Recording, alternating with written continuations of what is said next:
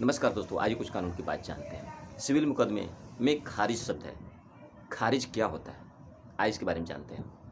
जब कोई सिविल मुकदमा न्यायालय में दाखिल होता है, तो वह 2 तरीके से उसका निस्तारण होता है। समापन होता है, डिसमिस या डिस्पोज्ड।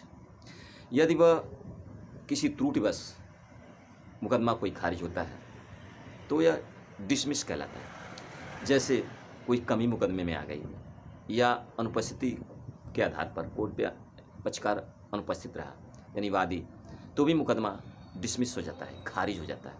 यदि मुकदमा गुण दोष के आधार पर होता है, दोनों पक्ष उसमें हाजिर होते हैं, दोनों पक्ष अपनी बात कहते हैं, दोनों पक्ष की सुनवाई के आधार पर न्यायालय जब कोई निर्णय देता है, तो वह मुकदमा डिस्पोज कहलाता है।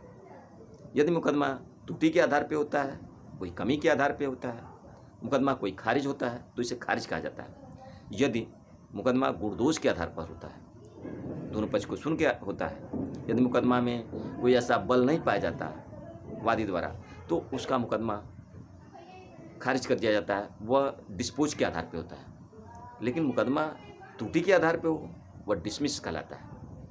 निर्णय के आधार पे हो, डिस्पोज कहलाता है। दोस्तों, जानकारी कैसी लगी? अगर अच्छी लगी तो लाइक करें, शेयर करें, सब्सक्राइब करें। धन्यवाद।